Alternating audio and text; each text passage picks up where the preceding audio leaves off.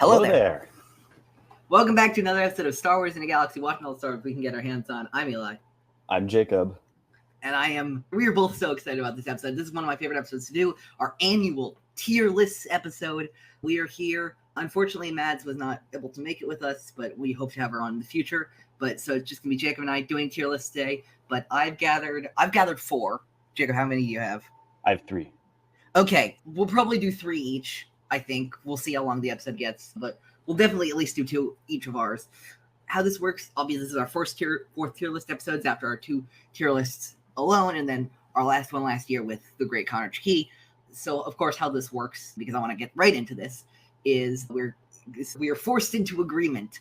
We have to compromise between the 2. All of our tier lists will be S, A, B, C, D, and F with compromises. So if Jacob rates something in A tier and I rate something in C tier, we will of course put it in B tier because that is the median between the 2, and we'll negotiate throughout. All right, and so Jacob and I have been combing the depths of Tier Maker. It gets harder every year to do this because we've done some of the obvious ones on In a Galaxy, and of course I will post the link to our account so you can see where exactly we rank this in the description of this episode. But yeah, I'm excited to see this. I'm excited to see what crazy shit Jacob and I have come up with today. I have some really interesting ones. But Jacob, I think you should go first. What's your first tier list? All right. Can you text it to me? Yes, I will text it to you. I want to start off with a bang. Since it's been a while since we did this, my background, which Eli can see the background. Yeah, we're on StreamYard. But my background might tip you off. I would like to do a Star Wars Rebels episode tier list. Now, I know when we did this in the past with the Clone Wars, we did an arc tier list. And is this just Rebels, individual episodes? The thing about Rebels is that it's quite a bit less serialized at times, but I think we can allow this to function as arcs. There's certain episodes like Fight or Flight so this is gonna be a longer one. But that's fine. I have one longer one. Like Siege of Lothal, of course, we can function at. For example, it won't all be single episodes. All right, Star Wars Rebels episodes. Holy crap! Yep, this is quite extensive. All right, Star Wars Rebels episodes. Let me share this screen with you so we can both see it. Spark of Rebellion. Let's do 2-parters in both parts, just because. I don't remember how to designate parts from each other. I do not remember. Spark of Rebellion, I feel like at minimum A. Yeah, I was thinking maybe not S tier, just because we know how. It's a great start, but it doesn't reach the heights of the series. Yeah, but it is a pretty perfect start to the series. I think they did a fantastic job of introducing Ezra and not getting so bogged down in all the exposition that it doesn't deliver a very good story. I think everyone shines. Sabine, Zeb, Chopper as well. Hurricane and Ezra. It's a great introduction. Yeah, I'll put A tier. I think this is the pinnacle of A tier. It is the pinnacle of A tier. It's very good, but it's not the heights of what the show reaches. Yeah. Droids in Distress, I would go B tier personally. We obviously have that moment where Ezra uses the Force for the first time, and obviously we have R2 and Anthony Daniels as C-3PO, who will never not be a delight. Yeah. B tier. Yeah, I think the heist element is fun. Makatua is pretty cool in this. I think B tier. It is pretty good. Yeah. Fight or Flight, I would also put as B tier. I love the fun emphasis on this episode, really taking time to build the characters, and it's incredibly stupid, but it's charmingly stupid. Yeah, it's a very silly episode, no doubt. But I'll say B tier as well. I think it comes out good. I'm a fan of this episode. Rise of the Old Masters, I would also put as A. We get our introduction to the Lesser Grand Inquisitor. Oops, shouldn't have said that. Anyway. If you could see my face right now, audience. Yeah, I think this. One of us was satisfied by the Tales of the Empire trailer, and one of us was not. Yes, I think anyone who's stuck around will know who is who in this scenario. Yeah. Although I did love that trailer, but anyway. Yeah, I think this is a fantastic introduction to the Grand Inquisitor. I think complicating Kanan's story, delivering some really fun action, very well executed. I think this deserves A. Also, it's really funny now in retrospect. I'm sure when we get to this in a Galaxy, which will probably be next year, It's really funny now thinking about how Kanan was so full of hope that Luminara could teach Ezra when we've seen what Luminara is like, and Luminara would be such a horrible teacher for Ezra. Yeah, they would not gel at all. Like, the fact that Kanan is such a rogue is the only reason that he can connect to Ezra in the first place. Yeah. Breaking ranks, I actually really love this episode. I put it in A. I understand if you want to place it lower. I think B for this one. I think I would say I'll B. put it at B. I'll put it at B. Fine. I think it's a high B. It's definitely a good episode. I think I really like seeing inside the Imperial Academy, you know, getting that other perspective of, you know, the stormtroopers that we've been just kicking the shit out of in every episode thus far. How do they come up into the Empire? What is it like on the inside of the Imperial kind of war machine? Yeah, and we get these introductions to these incredibly charismatic kids. Zara Leonis and Oleg and Jikel, who now is in Ahsoka, I guess. Thank you, Vinnie Thomas. The fuck? Yeah. When he showed up in Ahsoka, I did not know what to think. I did not know what to think.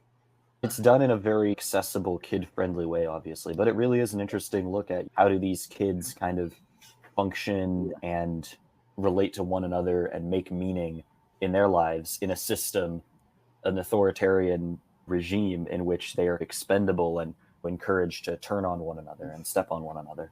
Yeah. Added darkness, I would say either C or D. I'm not a huge fan of this episode. It's fine, but it's mostly Hera and Sabine just blasting Fernox. It's not like... It definitely could be better. I think it's nice to see some of Hera and Sabine and their relation developed. I'd say C. I'd say C tier. I don't think it needs to be D. Yeah. If you're okay with C tier. No, that's fine. Empire Day, I'm waffling between B and A. There's some really great stuff with this. I love hearing the major key Imperial anthem. That's really fucking fun. And we left on that incredible cliffhanger of Sibo knows what happened to Ezra Bridger's parents, which is legendary in the series. And I don't think they get discussed enough. But yeah, I would say B or A. Honestly, what you decide is going to ultimately put this where it is. I'll say B. I think obviously, thematically, emotionally, it's incredibly important. But I think the execution, the pacing, the dialogue is not quite up to the par with Rebels' best, I would say. Gathering Forces, I'm waffling between B and C. It's fine. Apparently, I'm not a huge fan of the Fernox because anytime the Fernox show up, I'm putting this shit lower. But I would say C personally, but if you want to put it in B, I understand. I was going to say A for this one. I really like this episode. I love Ezra tapping into the dark side of the Force to call the giant Fernox and facing down the Grand Inquisitor, their fight, Kanan's fight. So maybe we split the difference and say B. Yeah, B, yeah. This one. Path of the Jedi, I feel, is our first truly S tier episode. You think it's S tier? I actually do, yes. I think it is. Okay. I could agree with that. Bringing Yoda back. Yeah, bringing Yoda. The visions. Just the voice of Yoda, the visions. It really sets Ezra on his own unique Jedi path. And yeah, it's amazing for Ezra. Yeah, I'm totally down with that, actually. Yeah, S tier. 100%. As opposed to Idiot's Array, which episodes. It turns out just having Billy D. Williams as Lando Calrissian, while good, cannot save your episode. They gotta have bonus points for bringing back Billy, though. They gotta have bonus. No, they gotta get a little cred for that. He's great, but just because he's great doesn't mean the episode is great. Yeah, the whole thing with what's his name? Not as Morgan. It is as Morgan. Oh, it is as Morgan.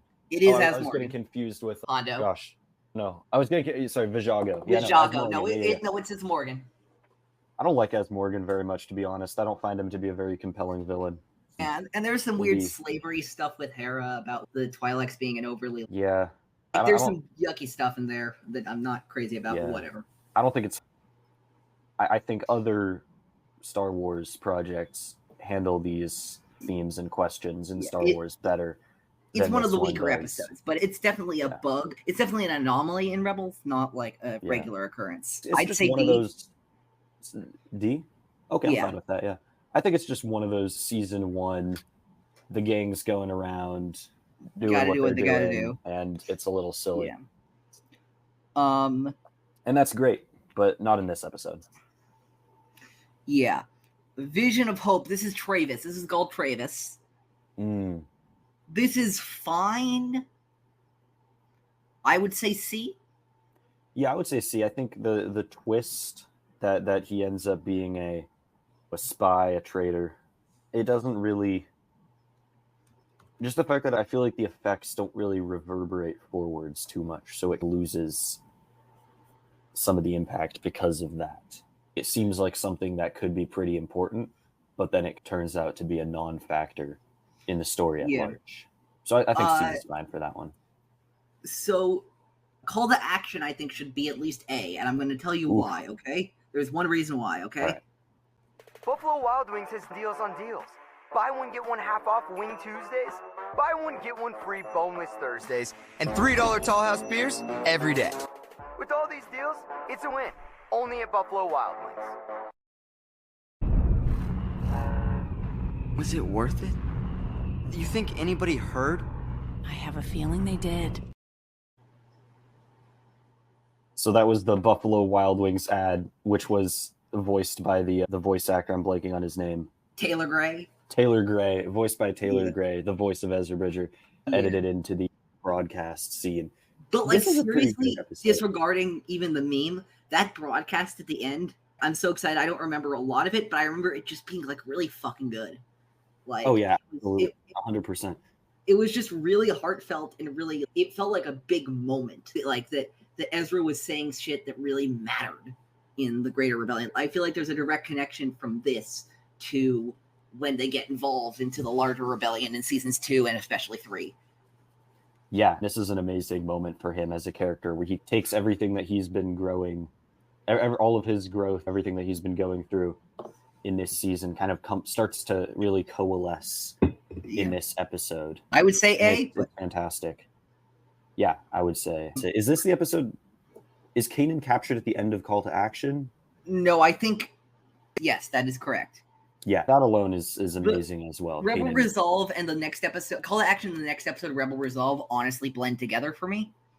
Yeah, me as well. This is them. They're just they're preparing to get Kanan back. Yeah, this is like they're both great episodes.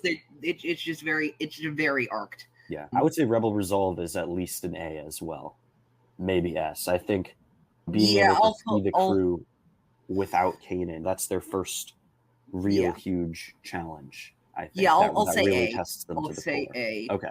And Jacob, I think people are gonna have no idea what we've unleashed here today, because Fire in the Galaxy, and I don't know about you. Immediate S tier. Immediate S tier. That duel at the end, Kanan. I have nothing left to fear. Everything about this episode is just fantastic. Absolutely. In the same vein, I think Siege of Lothal should also be put in S. Absolutely. Vader coming in just if only for my favorite, one of my favorite Vader lines of all time, which I'm surprised. I was so surprised that one of my favorite lines from Vader came from this show of all places, which is that we will squeeze Lothal until someone reveals the whereabouts of these traitors. Such a fucking great Vader line. Such a good tone-setting opening special. For this and of course with all the shit with Ahsoka. And speaking of Ahsoka, 2 other episodes that I can't really distinguish between, so I think we should go Lost Commanders and Relics of the Old Republic. The clone episodes.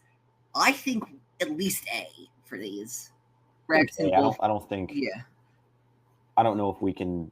I don't know if I'm comfortable giving it an S, putting it on that level. But A. I think they're great. I think seeing Rex and Wolf and Gregor and dealing with the effects of Order 66 and all that kind of stuff, especially now with what we're seeing in the Bad Batch, which I'm not going to spoil in case Jacob hasn't gotten up to date with stuff. But God, seeing this stuff after what we think might happen in Bad Batch is going to hit different. Yeah, and I think that the battle in the end on Selos, where the sandstorm comes and the AT-ATs are trying to find the ATTE. I love the way it's a little bit of an homage to the Cold War submarine warfare movies. I think that's very cool. As someone who's a huge fan of The Hunt for Red October and things like that. So yeah, I think A tier for these. Always 2 there are, which is, I think this is a genuinely fun episode. I think it belongs right at B. Can I be honest? My hot take is that Always 2 There Are is an S tier episode. The introduction of the seventh We're putting this in sister. A. We'll put it in A. I just think the fifth brother, the seventh sister, they're so menacing in this episode. I just think I agree with you about the seventh sister 100%. I have never the found fifth brother is a joke, but we don't know. I've never found the fifth brother. I've never found the fifth brother menacing, and I'm not gonna start no matter what I read or watch. Just the entire game of the suspenseful game of cat and mouse around the dark abandoned station. It's incredible. Oh, it's creepy as hell. And Zeb totally just bossing up and being like, 2 Inquisitors, no problem. We're gonna outsmart them. We're gonna completely outsmart them. We're gonna rescue. Give me more. I thought that was amazing. So yeah, A tier is fine. If it were up to me, it would be S. But Bros of the Broken Horn is weird because I love Hondo as much as the next guy. It's Hondo as Morrigan, really just fucking around with shit, and it's fine, but I don't think I can justify placing this higher than C. Maybe B. I think it's cool to see Ezra go off and have his adventure with Hondo. Remind me how this episode ends. Basically, Hondo asks Ezra to join his team, and Ezra's like, "No, I'm a rebel Jedi," sort of thing, and he's okay. And then just fucks off. I don't remember a lot of this episode. I would be fine with C for this one. It's all right. It's not incredibly memorable to me. Wings of the Master. Wings of the Master, I'd put it B. It's a perfectly good episode. It's not B for me is good episodes, nothing like crazy memorable about them. Nothing crazy stand out. Like A is great episodes, and C, and of course S is like all timers basically. But yeah. If it were up to me, I would say A, but I think B is all right. I'm pretty partial to this episode. I like Corey as a character. I'm a big Hera and Sabine fan, so seeing them. I'm a ship nerd. I'm a starfighter nerd. So this episode, seeing the B-wing in all its glory, or the Blade Wing. Seeing the Blade Wing in all its glory really does it for me. You know what? Screw it. We're gonna put this in A. Oh man, you're gonna make so many. You're going to make so many compromises for me later. I feel like I should give you this fair one. Enough. Blood Sisters. It's a long way to Alderaan. So that's fine. Sabine and Ketsu Onyo. It's a cool episode. It's fine. It's not one of the ones that really stands out to me. I think it's like low B for me. I still think it's B. Okay, that's fine. I think it's a good episode. It's just not. I feel very similarly, actually, about Stealth Strike. Actually, really, I love Stealth Strike. I think it's an awesome episode. It's cool, but there's nothing like. I don't think it can justify A for me. Okay, yeah, I think B is all right. I think I like seeing Rex and Kanan have to work through their animosity towards one another, and how Ezra really steps up and helps make that happen. But I think B is more than reasonable. Future of the Force, I would say A. Oof. A tier. Just for that fucking Ahsoka scene at the end. Future of the Force might be my favorite episode that's not the finale or the beginning of season 2. My hot take is that Future of the Force also deserves to be S, but I think S tier is reserved for the real heavy classics. hitters. Yeah, I think A tier, Future of the Force, fantastic episode. Speaking of A tier, I also think Legacy deserves A tier. Legacy. Now remind me, that's Ezra working through his family. Well, he finds out what happens to his parent. He finds out what happened to his parents from Ryder. That when they meet Ryder, Prisoner X10. I think Legacy should be A. Okay, fair enough. All right. Princess on Lothal, S tier. Next, let's go. All right. Protector of Concord Dawn. Wait, what? Were we actually giving that an S tier? Oh, 100%. Really? You're going to look at me and tell me that, especially, give me a second. A Princess on Lothal was released January of 2016. Carrie died, I believe, later that year. Yeah, Carrie died about a year later. You're telling me that you hear that theme being played in the episode and you don't feel things? That's what you're telling me. Listen, look, I love Leia as much as the next guy. She's one of my favorite characters of all time in Star Wars.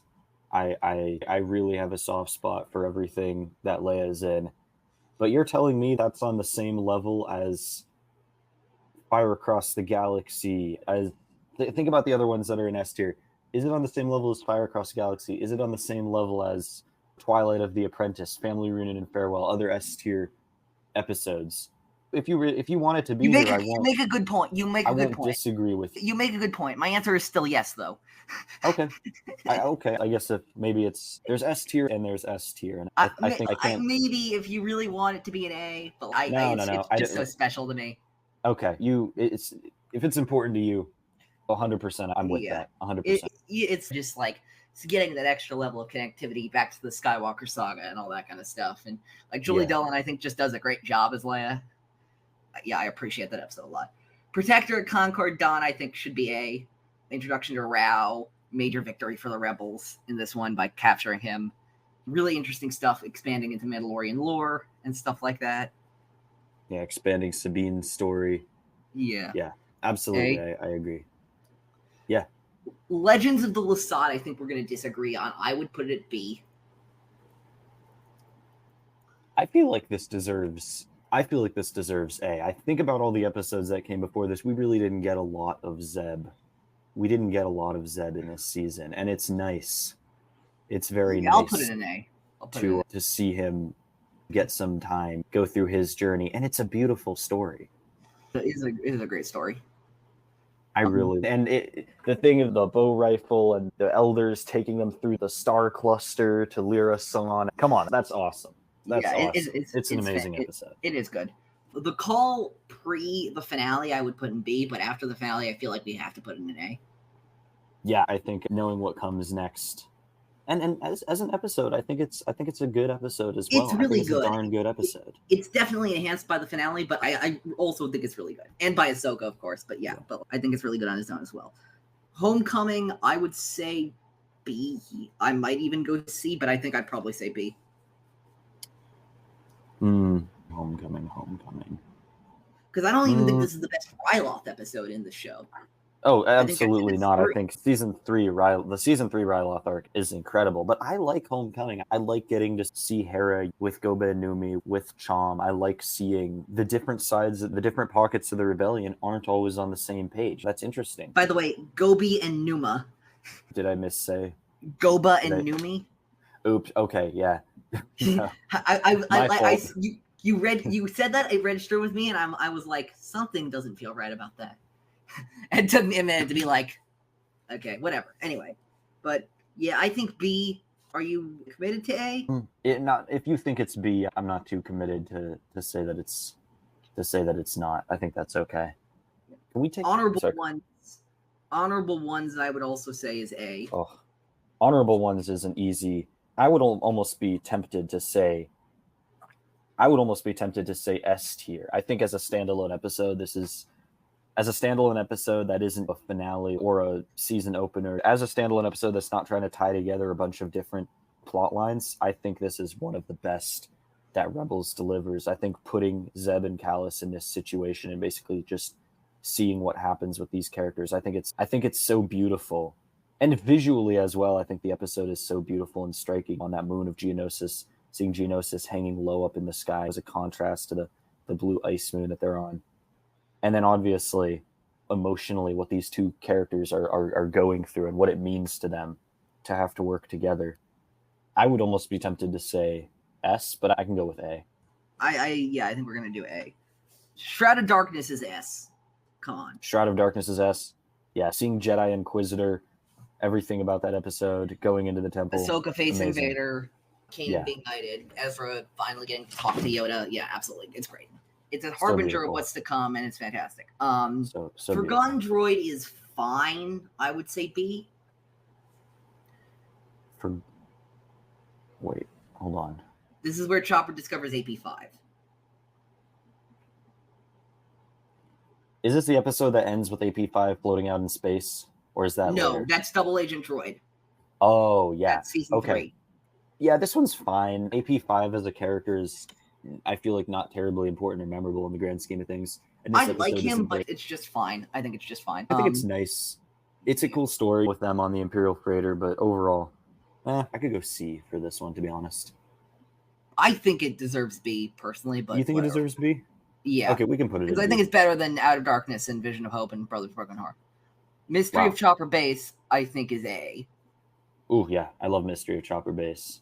I think it's great to see them discover this world and all that kind of stuff. Yeah, and just having that moment.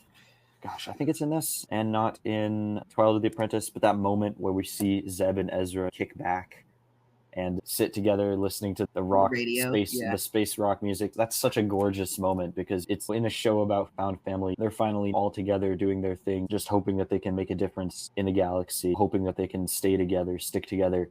But you just, as the audience, it's heartbreaking because there's been, especially in this episode, but all through the latter half of the season, there's just so much signaling that whatever happens at the end of this season, it's going to be catastrophic in some way. Or no, nothing's going to be the same. I will do both of us a favor and speed this along by placing both parts of Twilight of the Apprentice and both parts of Steps into Shadow in S tier. Yeah, phenomenal episodes, all of them. Great episodes. Where do we put Chopper Base? We put that in A.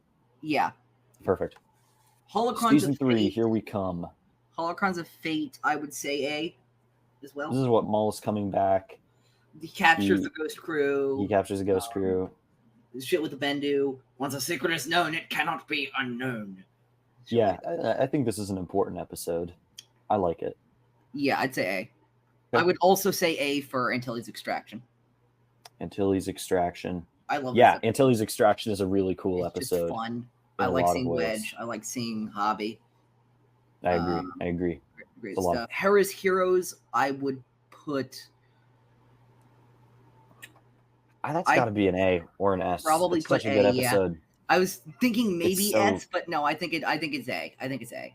It's so tense and emotional, and seeing Hera and Thrawn come face to face, foreshadowing everything that happens later. Fantastic. How about the last battle? Where do you want to put that? Last battle is tricky for me. I'm gonna be conservative and say A. Oh, really? Oh, no, I can't. I put it in an S. I'm putting it in an S. Really? You think it's that high? You think it's S tier? Jacob, this is an episode of Star Wars The Clone Wars inside of Star Wars Rebels. How do you think I'm not going to put in an S? Yeah, that tracks. That tracks. I don't know. I just think there's so many better episodes in this season. I can't really justify putting it. Also, this is incredibly nerdy for me. And we'll put it in an A then. Okay. But it's a good episode. But this fulfilled one of my biggest Star Wars nerd fantasies. Who would win in a fight, a stormtrooper or a battle droid? That's true. I guess we get the answer to that one. We do get the answer to that one. I will always thank this episode for that. Yeah. Imperial Super Commandos. A at the very best. I would honestly say B, but that's just me. Yeah, I can put this in B. I think it's a good episode, but there's better ones as well. Featuring the lesser Bray Stevenson role in Star Wars. Yeah. Iron Squadron, I have a soft spot for this episode because it came out on my birthday, and I remember being very excited about it. I think this is actually a better episode than most people give it credit for. I understand if you want to put it in C. I think I'd personally put it in B, but okay, I'm fine with B. I think it's certainly not the best episode in this season, but I think getting to meet what's the name of the young kid? Mark Matten. Meeting Mark Matten, it's pretty nice. It's fun. I'll give it some credit for that. Yeah. Winkathu Job, I'm not going to place higher than C. I'd prefer D. This is an abysmal episode. Really? So stupid. What do you hate about it? It's just dumb. It's Ezra and his Morrigan and fucking shit, and it's just I just remember when I was doing my rewatch for taking notes for trivia stuff. I just remember being utterly bored by this episode. Really, I don't mind. I think it's a fun plot. I think with the Dark Trooper droids, I don't know if that's what they're called. The DT Sentry droids. Yeah, the Sentry droids. These are not the Dark Trooper droids yet. Yeah. Yeah, I guess we can. Whatever you want is fine. I'm gonna put it in C. I'm gonna put it in C. Okay. The Inside Man on the other really good. Oh my gosh. A, I would say. Oh my gosh. A. But seeing Thrawn just in full swing, tracking down the rebels as ruthless as possible, it's amazing. I'm gonna say something controversial now. Okay. Okay. I think the next 3 episodes, or the next 2, I guess you should say, should all be placed in S tier. Visions and Voices in both parts of Ghost of Geonosis, I think, should both be in S tier. Visions and Voices. What do they do to credit being that high, though? Visions and Voices is all the creepy Dathomir shit that we get to see with Ezra and Maul, and finally get that clearance that what Maul's after is Kenobi, indeed. And it's just such a high tension episode, and I really love that shit. And then we have Kanan and Sabine possessed by the spirits, and it's just really cool shit. And Ghost of Geonosis is another epilogue to TCW that I really love, plus introducing Saw Gerrera into the mix. And, of course, we get that stuff with Click Clack and that circle he's drawing on the ground, which nobody can seem to understand, but we all do. We all know exactly what we're talking about. I forgot about Click Clack. Yeah, that is pretty cool. Yeah. That is pretty dope. This is a good episode for peeling back the layers off that Death Star mystery. I agree. I could give it S if you really. Yeah. And Visions and Voices also? Sure, yeah. Yeah, this is where shit starts getting really great in Rebels, in my opinion. Warhead is incredibly fine for me. I would say it's B. Yeah, I think B, or maybe A. I think B is okay. I don't think I could. Yeah, I have a soft spot for this episode personally. I think it's a lot of fun getting to see. This will be your Iron Squadron for the season. Yeah, this is my Iron Squadron of the season, but we can keep it at B. But I'm just saying, I like getting to see Zeb have some time to see. Well, when shit hits the fan, how does Zeb handle it when the others aren't around? And I think this is this episode does do a great job of the just really playing up the suspense. It's very exciting. And at the end, that very ending moment when we realize, oh shit, this actually helped Thrawn narrow down the search a ton. Oh god. Yeah. That's one of the best through lines of the season is seeing Thrawn slowly ensnare the rebels bit by bit each episode. Here we go again with my controversial takes. I think the next 4 episodes should all be placed in S tier. The Trials of the Darksaber, I 100% agree with. Seeing Sabine do her thing. Trials of the Darksaber is fantastic. Absolutely. Legacy of Mandalore. Legacy of Mandalore as well. That's a really good episode. Legacy of Mandalore, in my mind, is actually a better episode than Trials of the Darksaber. And that's not to demean Trials of the Darksaber. It's just to say the Legacy of Mandalore is so goddamn good. It's a darn good episode. Through Imperial Eyes is Thrawn and Yularen and Callus playing a fucking crazy game of cat and mouse with you. I love Through Imperial Eyes. Oh my gosh, it's a good episode. So good. Oh my gosh. And then I completely agree. If there's one thing I'm going to get out of this fucking tier list is that Secret Cargo is going to be placed in S freaking tier. We get the formation of the Rebel fucking Alliance in this episode. Yeah. I think clap it up for Mon Mothma. Yeah, you're actually nothing less. I agree. All 4 of these, Trials of the Darksaber, Legacy of Mandalore, Through Imperial Eyes, Secret Cargo, you're right. They are all easy S tiers. No question about it. Double Agent Droid is I don't know about this one. Not an S tier episode. I'll just say that. Yeah. If you have to start your episode with Chopper and AP5 repeating lines from Annie Get Your Gun, I think the highest I can place you in is B tier. Honestly, I could give this one a C or a D. This is really neither here nor there. Yeah, I think I'm going to put this as C. We have so many really good episodes that move the story. With AP5 at the end, but yeah, this one's it's funny, but that doesn't redeem the episode. Yeah, it's fine. Twin Sons. Actually, we can skip the formalities. I know there's no way we're giving this anything other than an S. Twin Sons is the greatest episode of Star Wars Rebels. Fight me. It's 0 Hour. Biased. Yes, I am. 0 Hour also deserves S tier, of course, because 0 Hour is just man. 0 Hour might be the best episode of Rebels, in my opinion. Either that or one of the season 4 ones. We both agree with freaking end of season 3 just slaps. Yeah, absolutely. Twin Sons, we get to see Maul struck down. Finally, little bitch he gets cut down finally. 0 Hour is just fantastic. See her defeat, like many arms surrounding in a cold embrace and all that shit. Yeah. Heroes of seeing the rebels in such a state of desperation is so compelling. Now we get to season 4. Heroes of Mandalore, I would say personally A. Yeah, I give it an A. I think it's a great opening. But we've seen I think better. The stuff with Ulrich and Bo-Katan is fantastic.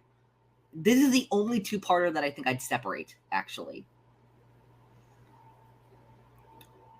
I would say that In the Name of the Rebellion Part 1 may deserve It deserves A or maybe S.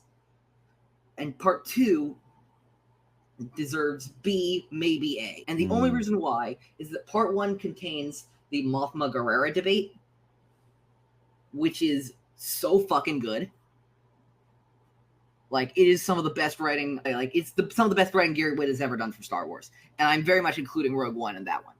Like, there's that infamous line, if you are going to continue to fight on the Empire's terms, you are going to lose. Just their fiery debate at the beginning of the episode is just fantastic. I would put part 1 in A and part 2 in B, but I understand if you want to put both in A. I think, what's your proposition instead of putting them both in A? Put part 1 in A, put part 2 in B. Okay, I'm fine with that. I really love the Guerrero Mothma debates in that episode. Occupation, I would also put B. I think it's very good. Yeah, I don't think it's full A, but it's a great episode, though. This is where this is where it really just hits another level. Flighted Defender, I would say A as well. Yeah, I think so as well. Tell me what happens in Kindred. I can't recall. Kindred is the introduction of Rook. And Rook basically chases them around. I think this is probably B. You think so? Okay, yeah, fair. That's fair. Yeah, B. He does just chase them around, actually. Yeah. Crawler Commandeers is highest C. This was the dud of the season. Really? Yeah. Okay, fair enough. Fair enough. I can give it. I can give that a C. Vijago and them messing around on a crawler. Oh yeah, Vijago comes back. Yeah, it's nice to see Vijago again. I don't mind that. Yeah. Rebel Assault.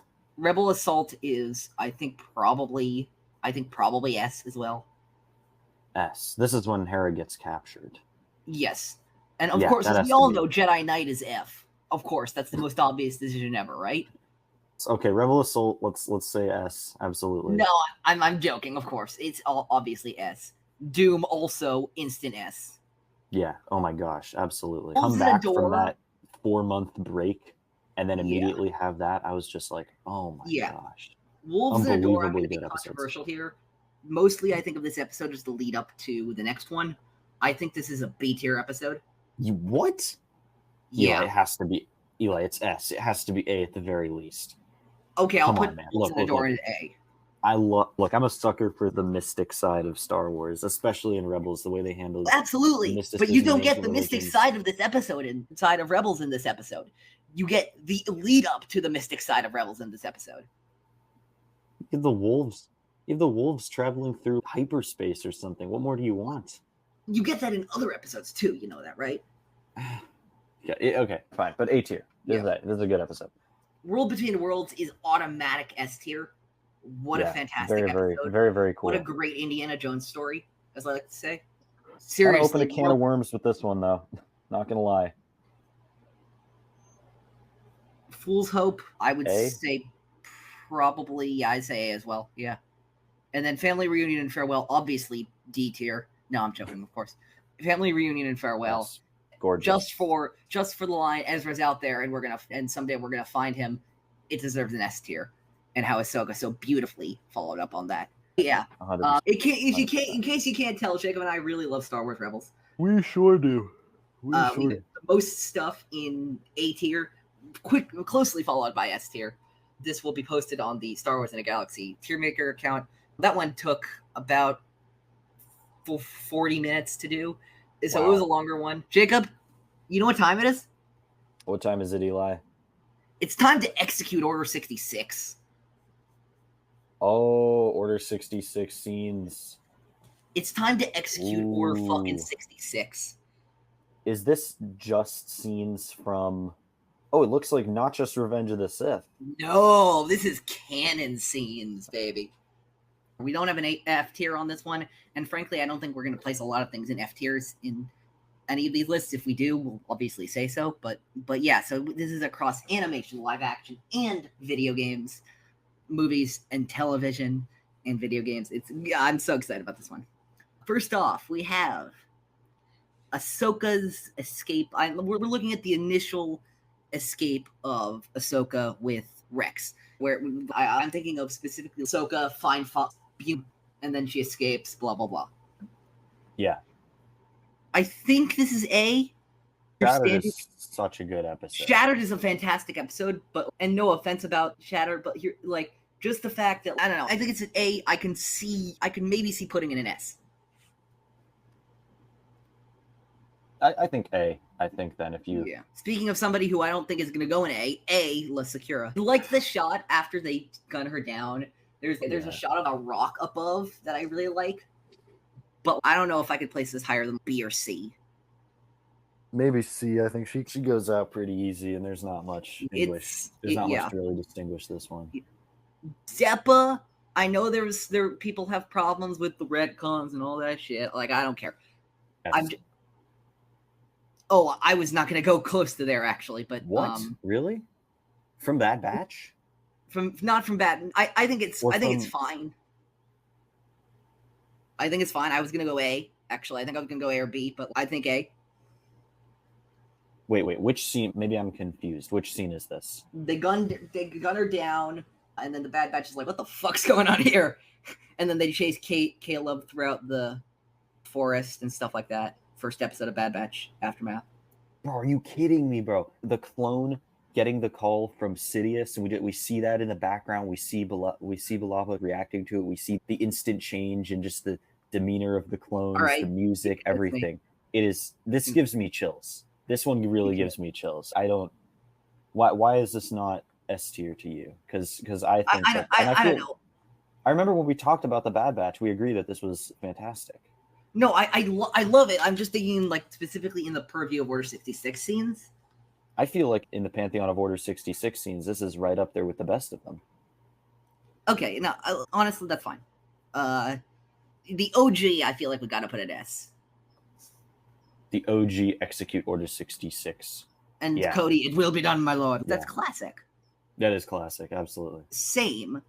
Now, this is a shot of Grogu from the Book of Boba Fett. But if we want to include this entire fucking scene, then I gotta put it at S.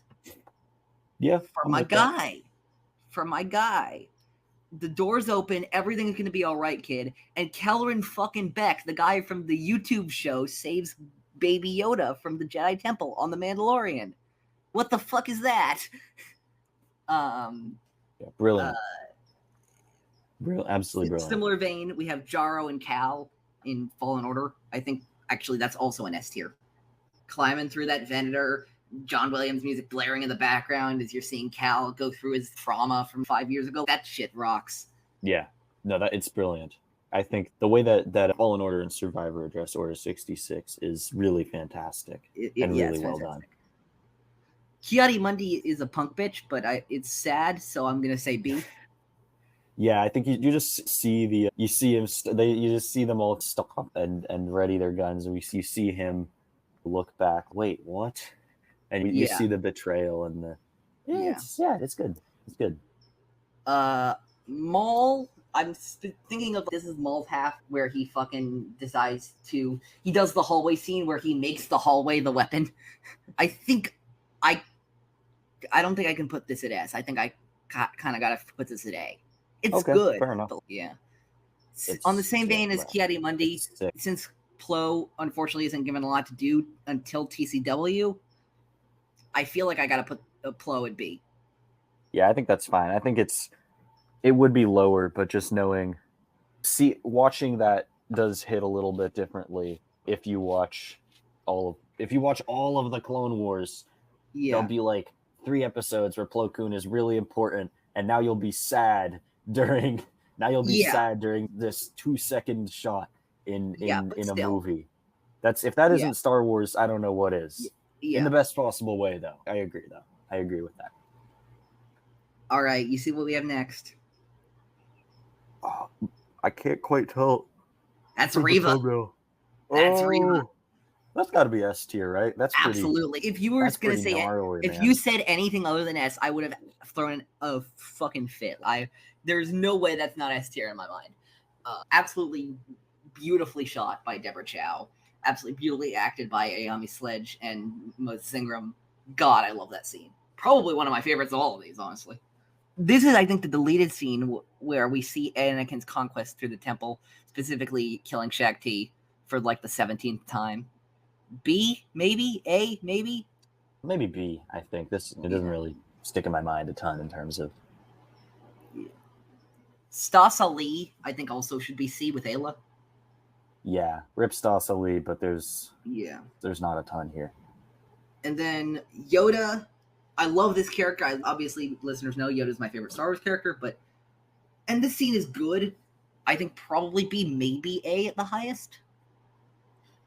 Yeah, I would say A. I think seeing Yoda just process and feel the loss, that is pretty heartbreaking. So I would say A for that. According to every dude bro, this next scene should be placed in S for some reason. Walker. I mean, I think just showing what Anakin is capable of. Number one, look, it's iconic, and it's heartbreaking, and it shows what he's capable of in a really tough to swallow way. I think putting it in S is completely justified. I feel like I gotta put it in A. Okay, A is fine then. Yeah, again, I remember Alex Damon interviewed Ross Speedman, who was the youngling in the scene. It was a fantastic interview, and I think it is a really great moment, but I'm not going to say the Dude Bros have ruined it for me, but it's just a little bit like, there are so many people like, we should have seen the murder. I'm like, what are you talking about? Yeah, everybody's got their thing that they're hung up on, you know? And then we have Zet Jacasa and Bail Organa. I think probably B for me. Yeah, Rip Zet. Rip Zet. Rip Mr. Jacasa.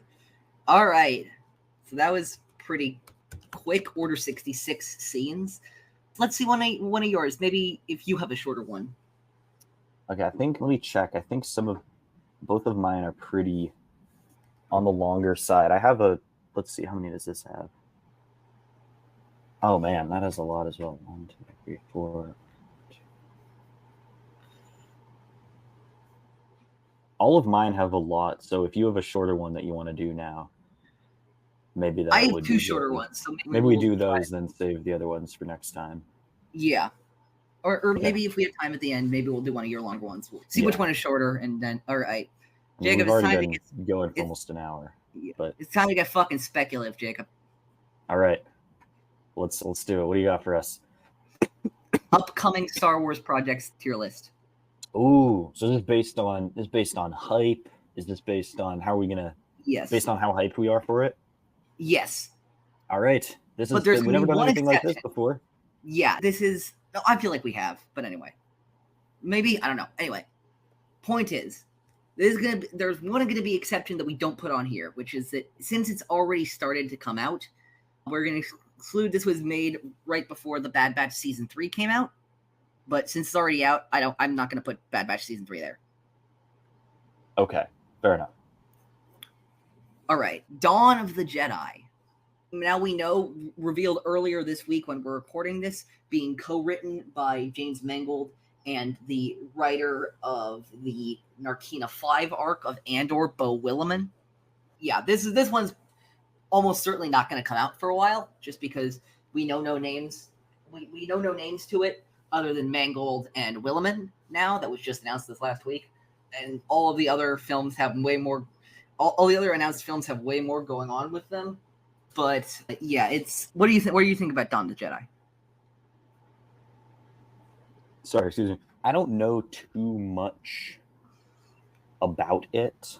Because we just don't. Yeah, especially not. I would say, I think it has some potential to go in a really interesting direction. I'm thinking about Legends. We know about Ithon, Osis, the old Jedi. I would give this like a B. Like, I'm pretty. I was going to say A myself. I could go. Yeah, I think A or B, whichever you think. I think I'll say A. Okay. All right, here's when it's going to be interesting. I'm ready to get uncomfortable. As a man in the Star Wars space, I'm ready to get fucking uncomfortable, Sharmeen Obaid-Chinoy. Which is not what she said, by the way. And that was I just want to make that clear. That was a documentary. That was a panel that she was on for a documentary about honor killings in her home country of Pakistan. And that had nothing to do with fucking Star Wars. The Dude Bro discourse around that is fucking ridiculous. I cannot wait for the return of Rey Skywalker. I cannot wait to have a woman direct a Star Wars movie. It is one of the things on this list that I am definitely the most excited for. I would put it in S, but I think it's not going to end up that high. I guess we can compromise because I was going to go for B, middle of the pack. So we can say A, I think, to describe our collective excitement. I think it's going to be a very interesting project. I'm very excited to see Daisy Ridley return. I'm really interested to see the new canon kind of flush out this era on screen. Yeah, I think A is more than fair for the new Jedi Order. Yeah. This one's tricky because I'm going to give you some behind-the-scenes details on this one, and this is nothing I'm not allowed to say or anything. This is all pretty well known. Rogue Squadron would be more interesting to rank if it was happening.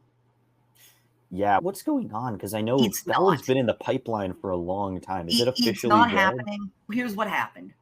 Rogue Squadron is dead. Pretty much functionally dead.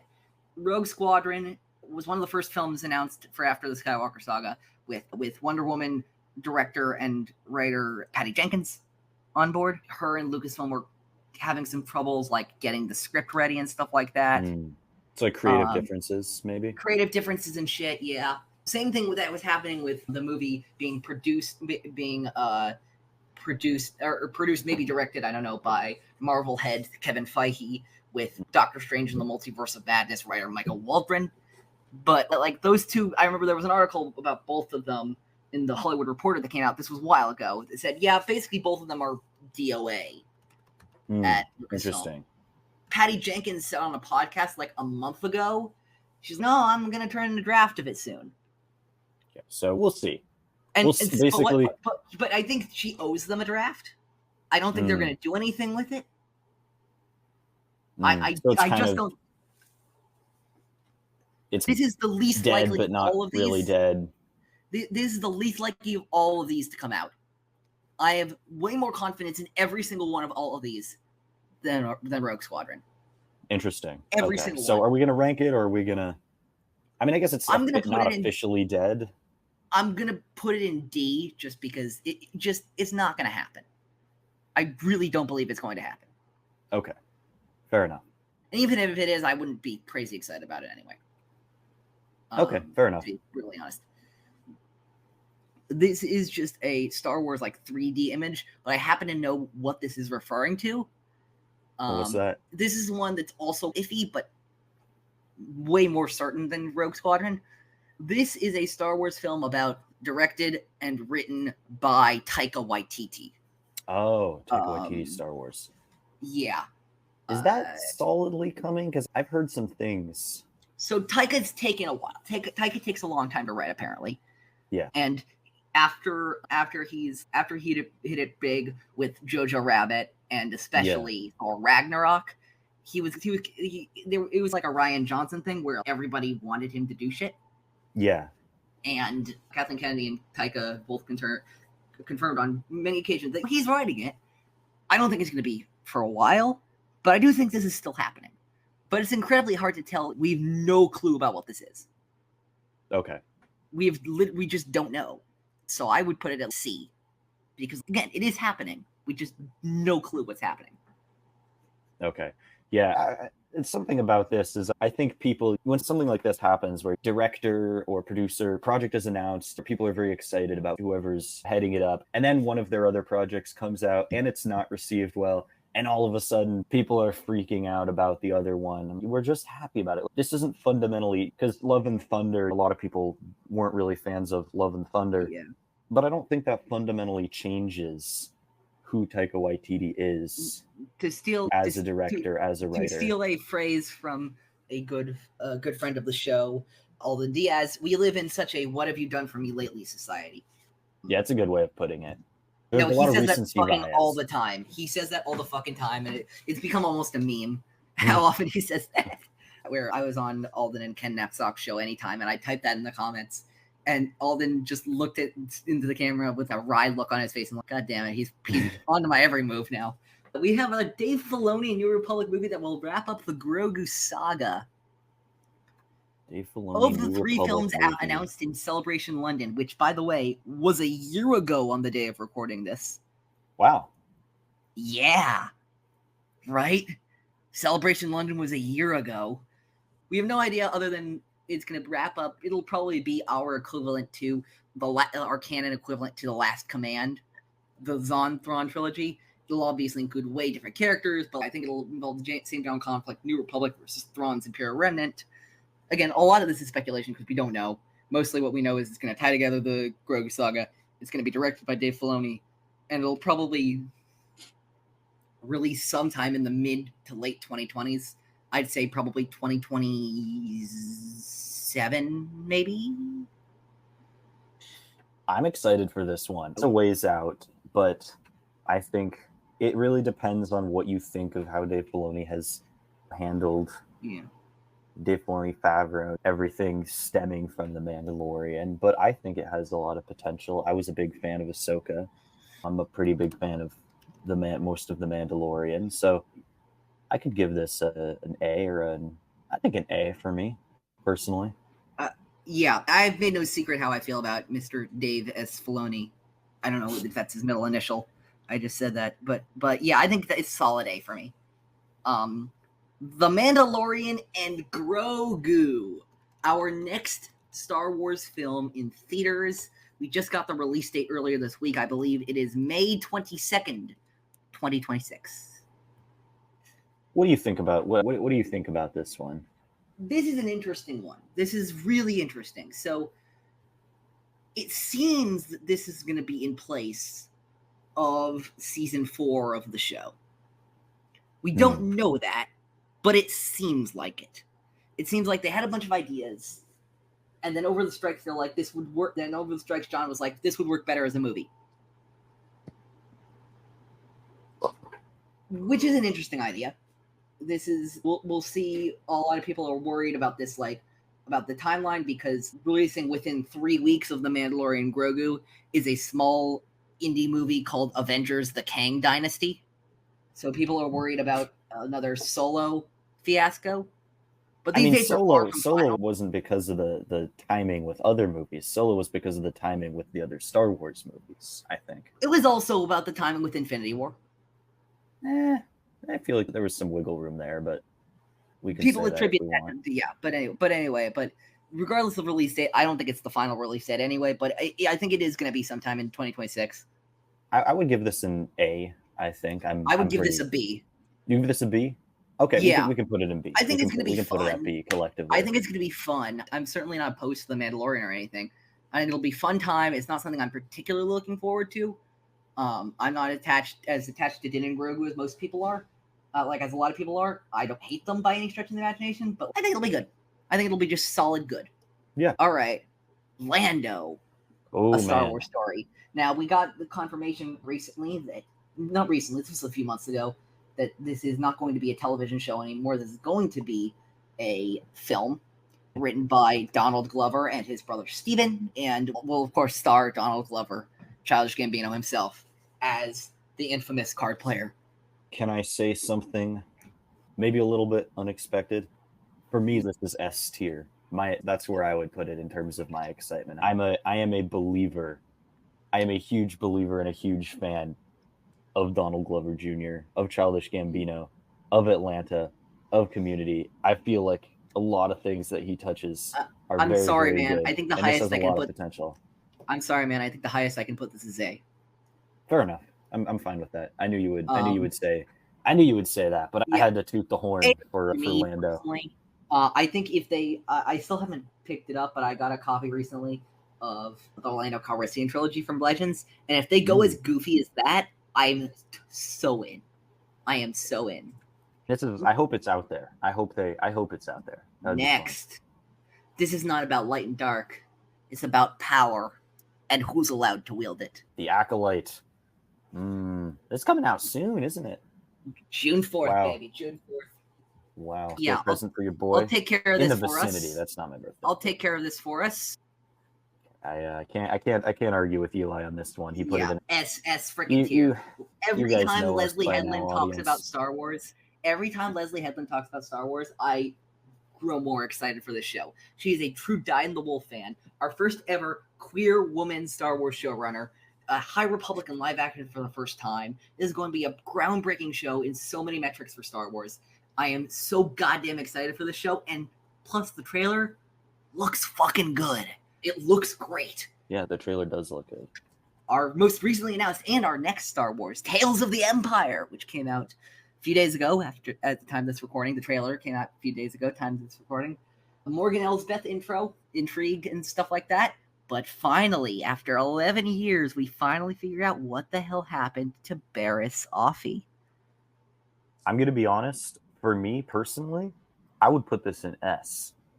I think I am very excited. I love the animation style, that continuation of the Clone Wars. I was a huge fan of Tales of the Jedi. I'm very excited for Tales of the Empire. I'm sorry to be the party pooper here, but I think I'm putting in A.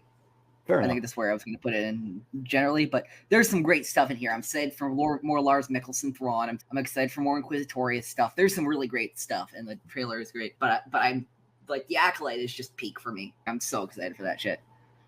Did we ever fully rule out that the seventh sister is Barriss? Because they are both Mirialan, and that was a fan theory. The seventh sister is not Barriss. Okay, regardless. And how I know that is because the seventh sister actually trained under Aayla Secura, where, as we know, or trained by, let's see, but no, she's not. Anyway, she's not. Seventh sister is not Barriss. Okay. But yeah, finally we get to see what happens to Barriss. I'm so excited about that. All right. Star Wars Skeleton Crew, originally scheduled to come out last year, believe it or not, but now scheduled probably for this holiday season. Around Thanksgiving, around Christmas.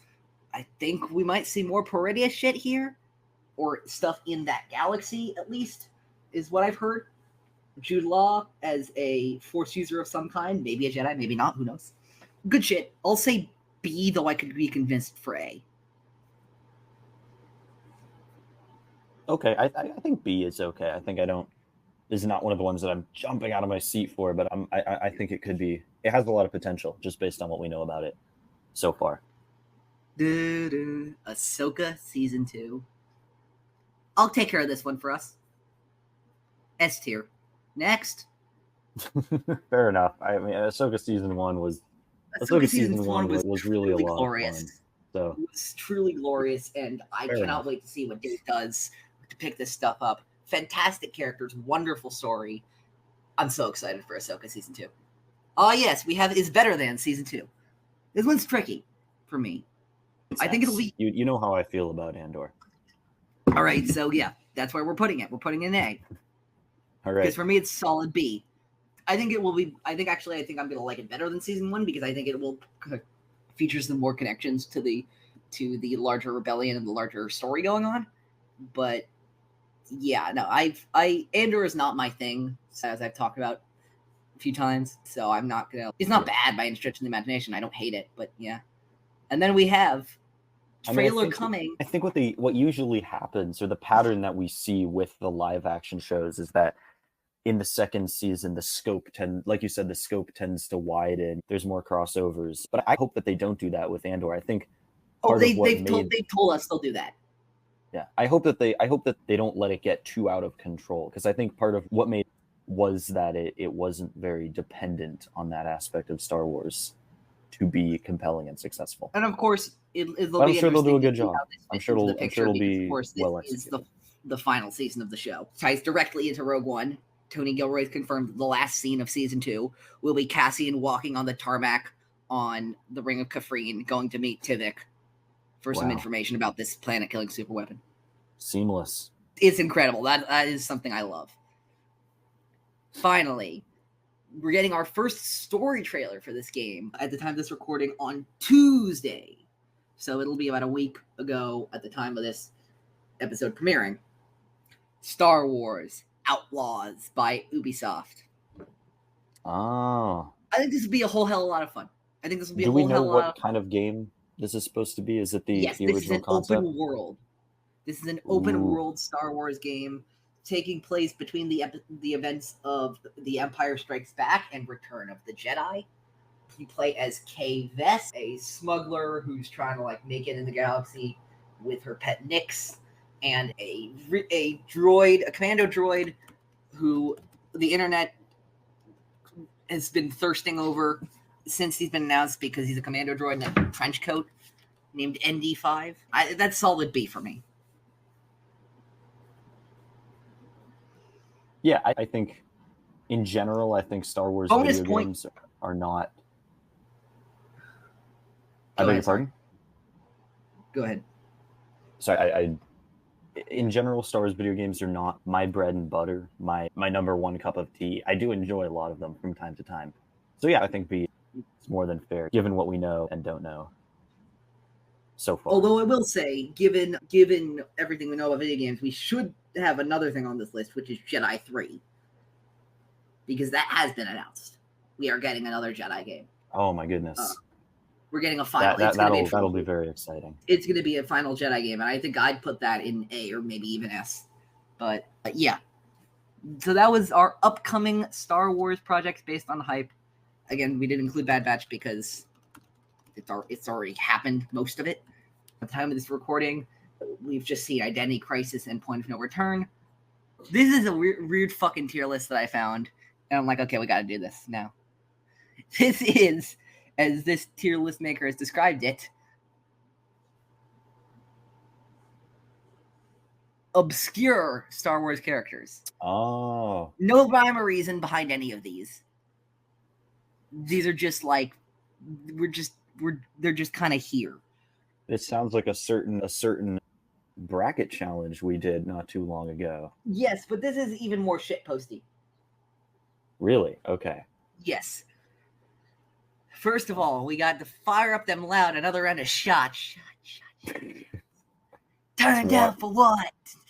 It's Wat Tambor, Mr. Techno himself, with all the dials, all the bells and whistles. What are we? Are we basing this off of just meme worthiness, or are we trying to do this seriously? What's your feeling here, Eli? I feel like we should just do this based on vibes and how much we like the characters. And I think that based on that, I think Wat should be no lower than S tier. Okay, S tier it is. We gotta turn down for Wat, baby. That's the Galaxy of Heroes Wat that's in there. He gives us the tech, he taunts, he recovers protection, he gives us those heal over times. Real asset. Meeber Gascon. That's got to be that's got to be an A. Yeah, I was gonna say A. Yeah, what the OG LARPer. Yeah, I'm just about to watch D Squad Arc again in a few weeks, and I'm very excited about that as part of my Clone Wars rewatch. Shout out to a good friend of the show, Claire Stribling, Salacious B. Crumb, job as Jester. I think just for Claire, I think I gotta put this in A. Yeah, okay, for Claire, he creeps me out though. We have everybody's favorite Sith Lord, except for nobody's favorite Sith Lord, Darth Malak. Now, I don't want him to drain all that. I don't want to lose all that health, so I feel like we got to place him somewhat high. I don't want to get feared. I hate Darth Malak just from Galaxy of Heroes, just from the Galaxy of Heroes days. I was around just long enough to get the full brunt of the Malak reign of terror. So I can't put him too high. It was truly a reign of terror. I will say this. It was a reign of rage. I think I want to put him in B, and only because of this award-winning thing that they did with Malak. Where, I don't know if you remember this, but halfway into KOTOR, they decided that they wanted to do a subplot where they wanted to start repairing his jaw. I'm familiar, yeah. And then they just decided, to do that for one scene, and then they just stopped and didn't do it for any other scenes, and it was like nothing had happened. They just did it randomly because it's the most random ass thing ever. B tier. All right. Delta Squad. Delta Squad. I don't know too much about Delta Squad. They're from Legends. They're okay. They're mostly from Legends. In canon, though. Oh, they are in canon. Okay. Bad Batch. Clone Wars and Bad Batch. Oh. When are they in Bad Batch? Scorch is the one who captures Omega at the end of season 2. Oh. But they haven't done a lot with them, personally. Yeah, I'm going to give Delta Squad C. Sorry for any Delta Squad hardcore fans, but yeah. Oh, buddy. Hello, Dex. Dexter Jetster. Dexter Jetster. The OG restaurateur. You got to be at least B, maybe. I think I'm just going to say A, but that's just me. And maybe I'm completely tripping, but A is fine. I swear in one of the old Star Wars visual dictionaries, I can't remember which one exactly. They all have all the visual dictionary, visual encyclopedia. There's a bunch of editions of each one, and they all sound exactly the same. But in one of these visual encyclopedias, I'm pretty sure the book alleges that Dex uses his experience from his time as a miner to put artificial mining fluids and chemicals into his food to make it more tasty and more addictive to get customers coming back. I think just for that, I think he would be a great fit. He'd be a great fit in the McDonald's food science division or any other American fast food chain for that matter. Yeah. But, we have our girl, Shelly Lona Afra. Dr. Afra. Low-key a legend at this point. Yeah. Like, several comic runs. A lot of street cred. LGBTQ plus icon in Star Wars, one of the first ever like main LGBTQ plus characters. Basically evil Star Wars Indiana Jones. I think she deserves S tier. Yeah, I think S tier as well. S tier for Dr. Afra. The hapless Rhodian. The hapless Rhodian himself, Greedo. I think C suits him well. Fair enough. All right. So this one goes in. Actually, I forgot to make F tier. This guy goes in F tier, and let me explain to you why. Who do you think that is? I can't tell from the thumbnail. It's small on my screen right now. Okay. It's a Gungan. That's a very sad Gungan, it looks like. Yes. And I'm not sure who that could be. This man's name is George R. Binks. This is from a comic. George R. Binks. George R. Binks and his wife had a son who they named Jar. George was his father. But this is a scene of him. I don't know if you see, he's putting a pistol to his head. Yeah, wow. That's dark. Because he wants to kill himself because of how stupid and useless his son is, basically. Oh my gosh. And this is just like, for me, this is just like overreaction to the anger of Jar from the Phantom Menace. I think it's stupid, honestly. Yeah. So that's why I want to put George in F. Okay, fair enough. I think this is in one issue of Star Wars. This is in one issue of Star Wars Tales. Just stupid. I just don't like it. We have our guy Claude. Who apparently works as a mechanic on the Millennium Falcon, despite the noticeable problem of having no arms. Yeah. Where is he from? He's a Trotodome. Hmm. No, Trototome. I always get them mixed up. Trototome. He is from the planet. We don't actually know what planet he's from. He's a Trototome. But yeah, introduced for Rise of Skywalker. Just a weird little guy, hangs out on the Falcon. I'd say probably B, along with Malik. All right, fair enough. I agree with that. We have the Mithril from The Mandalorian. Now, this one's kind of tainted because now we know. This one's kind of tainted because now we know Horatio Sands, who played the Mithril, was very credibly accused on multiple counts of sexual harassment when he worked at Saturday Night Live. So that's tainted my view of the Mithril ever since. So I would say C at the highest. Yeah, he didn't really do much as a character anyway, so I think C is fine. Yeah, actually I'll put him in D. I'm going to put him in D. Okay. But whatever. We have our guy 9 Numb. Comfortably Numb. Jared hates 9 Numb. I learned that recently. Jared, a friend of the show, Jared the Dark Jedi, hates 9 Numb for no reason at all. It's hilarious. Why? Does he say why? No, he was just like, my favorite part of the Rise of Skywalker is when that motherfucker died. Like, literally no explanation to me. I don't know. I like 9 Numb a lot. I think at least A. Okay. Yeah, I think A as well. I think 9 Numb's... You know what? I could go S for 9 Numb, to be honest. Yeah, let's do S for 9 Numb. The vibes are always good when 9 Numb's involved. And didn't he fly the Falcon with Lando in Return of the Jedi? Yes, he did. Yeah. What's not to love about 9 Numb? All right, next one is an easy one. We gotta have S tier for my guy, Powdok Drabatakat Sap Directi Nick Linke Tivef Nick Nesevev Lee Kek. And yes, that is his full name. All right. Gotta have S for my boy Pow. Agreed. My guy Pow, who by the way, if you remember, said Karabast in that movie. He said, when did he? Oh my goodness. When an AT-ACT fires at them, he goes, Karabast, Atat. Oh yeah, you're right. You're so right. Which he was technically wrong about because it wasn't an AT-AT, it was an AT-ACT, but whatever. Still legendary, and also, of course, provides that great offense up for you to keep rallying the Mon Mothma team in Galaxy of Heroes. We have Poggle the Lesser, which I remember the day I realized that was Poggle the Lesser as opposed to Karina the Great was a great day. It was a moment of glory for me. I would say Poggle A tier, maybe B tier, maybe, I don't know.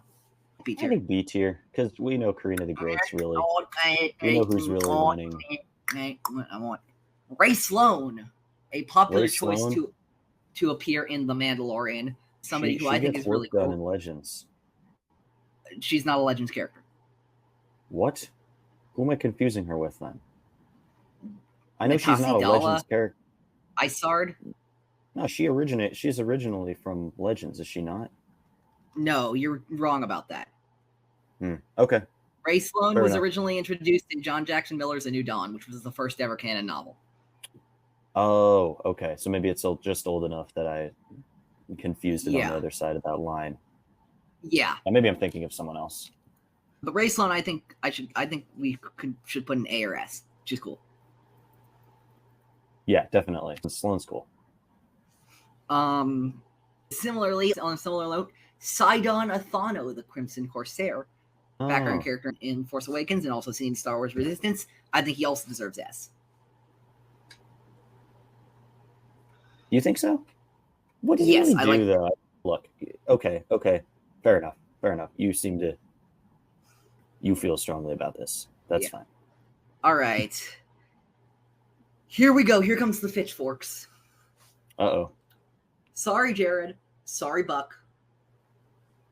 But I want to put Galen Middick in F tier. Fair enough. I don't know much about Galen Merrick as a character. I think that's all right. I love Sam Witwer. I really do. I've never done. I think he does great as other stuff. But truly, I don't like The Force Unleashed. And it's fine. The story is completely fine. But Starkiller is so incredibly needlessly edgy. And The Force Unleashed 2 is a fucking train wreck. The sequel is a fucking train wreck. It's terrible. Fuck The Force Unleashed 2. Seriously? Truly? That game is a mess. Tell us how you really feel. Yeah, no, we're gonna do full Force Unleashed games actually, and you'll later on in a Galaxy, and you'll see Force Unleashed. Your mileage may vary. Some people love it, some people hate it. TFU 2. Actually, Jared has told me he likes it, which makes zero sense to me because it's almost universally acknowledged that TFU 2 is just a bad game, and most of that's not the fault of anybody, but the executive team on it who were trying to push the developers to release it in a certain amount of time, and it was very unfinished. See, but no, the story is just awful. Do you see what's next? What's next? Is this the Wailing Mountain? This is Mount Sorrow, yes. Mount Sorrow. Oh my gosh. I'm going to put him in D tier because as funny as the idea is, still don't really vibe with Star Wars for me. Yeah, it crosses the line, I think, of maybe there is such a thing as too far. Yeah. I'm not diametrically opposed to Mount Sorrow in the way I am to something like George Binks, actually, but I think it's a little much. Yeah. Okay. Next, we have Turgle from Jedi Survivor. I saw everybody go fucking crazy over this guy, and I didn't understand. I think C at best. I don't know who this is. He's one of the residents of Kobo who greets Cal at the very beginning of the game. Oh, Yeah. You'll see him. We're going to be doing Jedi Survivor pretty damn soon, actually. Yeah. So I think I've seen that part of Survivor. Maybe I think maybe we. It's very It's the very beginning. Yeah. We have Wham Lufba, a Yuzum Rebel Alliance soldier. S tier. Just look at him, man. Just look at him. Oh, actually, no, he's not. He's not a Rebel Alliance soldier. He's a bounty hunter. That certified Viber. I love the Yuzum. They're the coolest. All right, species. for you, I'll put him in S tier then. All and right. And finally, and I have to say this, we have to add this man to our council of Star Wars characters. So it's a council now? It's not just the two of you? I went to get the calamari pizza, but it turns out the calamari are people too, and I did not know that.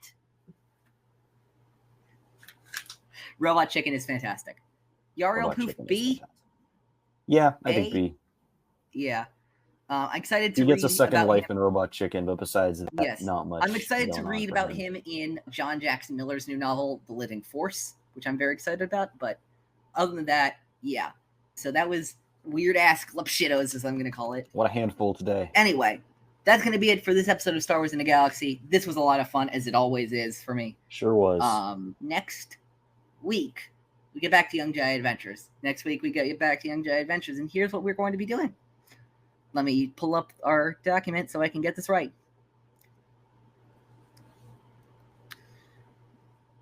Yes, okay. So we're going to be doing more jumping around with Young Jedi Adventures, our highlighted watch through that great little season.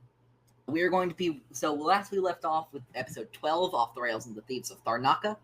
We are going to be picking up.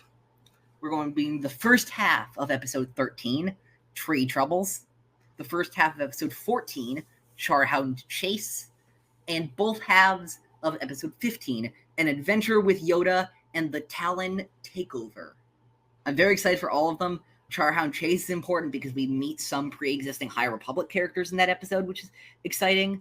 Tree Troubles is exciting also because fuck Raxlow. Yeah, I'm excited to keep going on with Young Jedi Adventures, but absolutely, it's good fun. Thank you so much for listening to this episode of Star Wars in the Galaxy. You can find us everywhere: Apple Podcasts, Spotify, everywhere you get your podcast, we'll be there. You can find us everywhere at In a Galaxy Pod. Find me on my link tree, linktr.ee/_ishfan327. Hope you enjoyed. I think by the time this comes out, I think this will have already happened. We didn't promote this enough on the show, but hope you enjoyed our bracket stream with Brooke, with Jared, with Michael, and with Buck. We enjoyed it. We haven't recorded it. We haven't done the stream yet with this episode, but we always love doing the bracket streams. Check out Epic Confrontations. We should have just recorded a match by now. The Jedi Lords versus Big Chungus. And yeah, we got a lot of great stuff going on. But in the meantime, may the Force be with you. Always. Always.